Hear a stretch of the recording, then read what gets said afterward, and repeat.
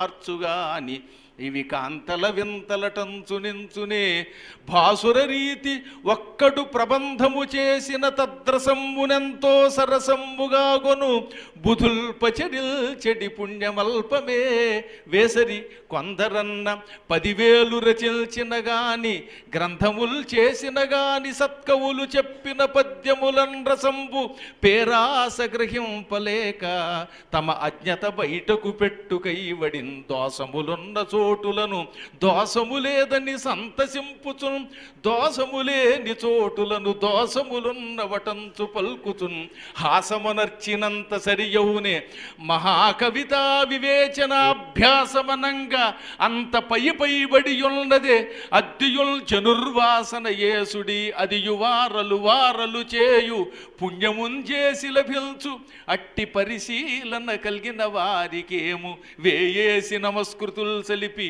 ఎంతయు భక్తి చెరింపకుందుమే భూసురవర్యులారా. ఎక్కడన్నా చూసారా మీరు ప్రాసను ఇలా తెప్పడం కానీ ఎత్తులు వేసుకోవడం కానీ ఎక్కడన్నా ఒక రవ్వంతుందా? అంత అద్భుతమైనటువంటి కవిత్వధార. వాటిని అన్నింటినీ మనం కంఠస్థం చేస్తే పెద్దలందరినీ బాగా చదువుకుంటే ఓహో మనం కూడా ఇలా రాయొచ్చు అని ఒక గొప్ప ఊహ వస్తుంది. ఆ ఊహ రావడానికి నిరంతరాయంగా చదవాలి చదవాలి చదవాలి తెగ చదివేయాలండి. ఇక అదే పని అనమాట. మా చిన్నప్పుడు పుస్తకాల పురుగు అని ఒక పేరు ఉండేది.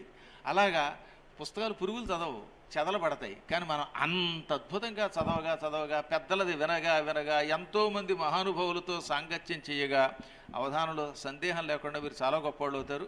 ఒక్క చిన్న విషయం ఏంటంటే నాకు ఈ పిల్లలు చేస్తున్నప్పుడు ఎక్కడలేని ఆనందం వస్తుంది. అదే సమయంలో అనుక్షణము ఇటువంటి భరత్ శర్మని శ్రీచరణ్ని ఆదర్శంగా తీసుకోండి పిల్లల విషయంలో. మా శ్రీచరణ్ను నిజంగానంటే ఆశ్చర్యపోతారు మీరు. రాష్ట్రీయ సంస్కృత సంస్థాన వాళ్ళు అంటారు ఇలాంటి సమాసాలు ఎవరైనా వేయగలరా, ఇటువంటి క్రియాపదాలు వాడగలరా? అసలు ఆయనకి రాని వ్యాకరణ సూత్రం లేదు.